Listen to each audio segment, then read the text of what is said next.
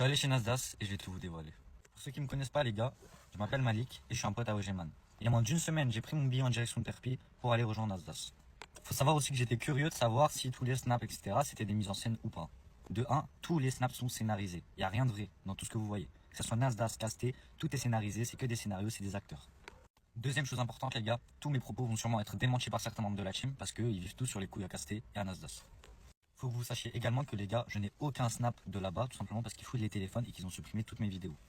Maintenant les gars, on peut rentrer dans le vif du sujet. Faut savoir que quand j'arrive à Saint-Jacques les gars, je tombe sur plusieurs petits et je leur pose des questions par rapport à Nasdaq et la team. Ils me répondent tous que je vais très vite déchanter et que c'est pas comme dans les snaps.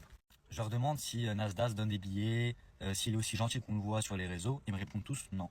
Après m'être fait recal par Lenny et Farah, je suis à la rencontre de Tounsi qui lui décide de me snapper et d'appeler Ogeman en même temps. Ogeman il lui confirme bien que je suis son pote et que c'est lui qui m'a demandé de venir. Et le premier truc que m'a dit Casté les gars, tu fais une vidéo ou une photo, je te casse ton télé ta bouche. En vrai j'étais un peu choqué parce que je le voyais dans les snaps, rigoler, tout ça. Et il est parti faire des attouchements sexuels à Donna. Donna c'est une meuf, elle a une réputation un peu de fille facile, mime, tout ça. Jusqu'à ce qu'elle est partie se plaindre en pleurs les gars chez Casté. Quand j'ai vu ça les gars, j'étais complètement dégoûté. Et dites-vous que personne n'a défendu Donna. Bref, suite à ces événements, un jour passe et il y a eu Miss Shenté. Ce qui m'a le plus choqué les gars, c'est le traitement qu'on a infligé là-bas à Asia. Faut savoir que personne ne la respecte, tout le monde l'insulte. Dès qu'elle se pose à côté de quelqu'un, on lui dit de se barrer. Et Nasdaq lui-même les gars, il l'humilie devant tout le monde. Je vais vous donner un exemple les gars. Quand c'est au tour d'Asia de passer, elle a malheureusement mal aux jambes. Elle n'arrive pas à descendre les escaliers toute seule. Elle demande donc à Nasdaq de l'aide et lui répond. Elle sait rien faire ses deux mains, à part ses débites. Ça m'a fait trop de la peine pour elle les gars. Surtout que les gars, faut savoir que Asia c'est une fille grave gentille dans la vraie vie. Et tout le monde la déteste. C'est pas que dans les snaps hein, et c'est sûrement le seul truc réel qu'il y a là-bas. Ensuite les gars, une scène qui m'a fait mal au cœur. Hors caméra les gars, je pose la question devant tout le monde à Ogeman. Qu'est-ce qu'on fait de ton pote? On le laisse ou il retourne chez lui?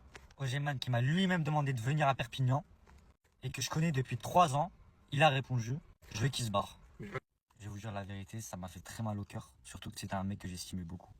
Face à ça, j'ai pas répondu et puis j'ai attendu la fin de soirée. Faut savoir qu'en parallèle de Michente, Donna et la femme de Casté préparaient une petite surprise entre nous pour les 1 million de Casté. Du coup, moi, Mousse et Mido, on était tous au courant. Donc juste avant de rentrer à la maison, je prends mon téléphone pour filmer la réaction de Casté. Je comptais garder ça pour moi, hein. Je comptais pas mettre en story ni rien. La fête se passe bien, on rigole, on mange, tout ça. Et un peu plus tard, Casté vient me voir, il me demande très clairement, est-ce que t'as pris un snap? Du coup, moi je lui réponds que oui. Et là les gars, je vous jure qu'il me met une de ses sifflantes. Il enchaîne avec des baffes, des patates. Tu connais, moi j'essaie de me défendre, mais j'ai 18 ans. Il a 40 piges et il fait 1m90. Du coup, je peux rien faire. À ça les gars, il y a grave des tensions entre moi et Casté. Et je vais tout simplement dormir avec la tête gonflée. À ce moment-là les gars, je vois le vrai visage de Casté et c'est pas du tout comme dans les snaps. Un jour passe et là il y a la soirée officielle des 1 million de Lauriane et de Casté que vous avez tous pu voir sur Snapchat. La soirée se passe, tout le monde est bourré, tout le monde fume, et là, grosse dinguerie encore. Je vois Mousse de la team Nasdaq se faire monter en l'air par Bison Blanc. À cause d'une vieille blague que je raconterai en live. Il s'est pris 7-8 baffes les gars, jusqu'à ce qu'il ait les lèvres gonflées et en sang. Un peu plus tard les gars, comme vous avez pu le voir dans les snaps, Donna elle a vomi, et elle était en pleurs. Elle faisait que de supplier Casté de lui pardonner, comme si elle avait peur de lui. Vous voyez, ça montre à quel point les gens ont peur de Casté de Nasdaq les gars. Là-bas, Casté et Nasdaq, ils sont vus comme des dictateurs. Tout le monde est soumis à eux. Tout le monde rigole à leurs blagues. Les femmes, elles sont vues comme des objets. Pour appuyer mon propos, les gars, il y a une ancienne meuf de la team Nasdaq qui est venue me DM. Elle m'a dit qu'elle s'était faite violenter par Nasser et qu'elle veut aussi témoigner. Du coup, on fera un live pour tout vous expliquer. Après ça, les gars, j'étais dégoûté. Je voulais plus rester.